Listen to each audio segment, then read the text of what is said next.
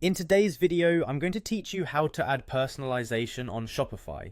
By the end, you'll have a simple text box on your product page so customers can enter details like a name, date, or short message, and that note will travel with the order. We'll do this right in your theme code so you don't need an extra app. First, log into your Shopify admin, make sure you're signed into the store where you want this change. Since we'll edit theme code, it's a good idea to have a recent backup. If you're cautious, duplicate your live theme so you can test safely without affecting customers. From the admin sidebar, go to online store, then select themes. You'll see your current theme at the top. That's the one we want to modify, so the personalization field appears on the live product pages. Next, click the three dots next to your current theme. This opens a small menu of theme options. If your theme shows an actions button instead, that's the same idea. Look for the option that lets you work with the theme's files. Choose edit code. You'll be taken to the code editor. Don't worry, we're making a very small targeted change. Just move slowly and save when you're sure.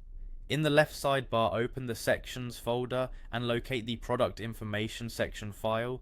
Depending on your theme, this might be named product information.liquid, main product.liquid, or something similar. If you're not sure, use the search bar at the top of the editor to find product or information and look for the section that controls product details. Now add a text field for personalization. You want to place it inside the product form, near where other options like size or color appear.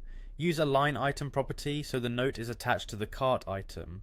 In plain terms, add a label and a text input whose name is properties personalization.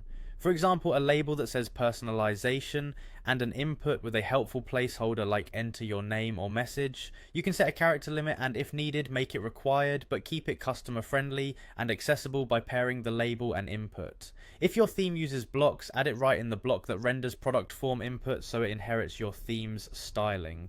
When you're done, click save, then preview a product page, type a sample message in your new field, and add the product to cart. You should see the personalization note under the item in the cart.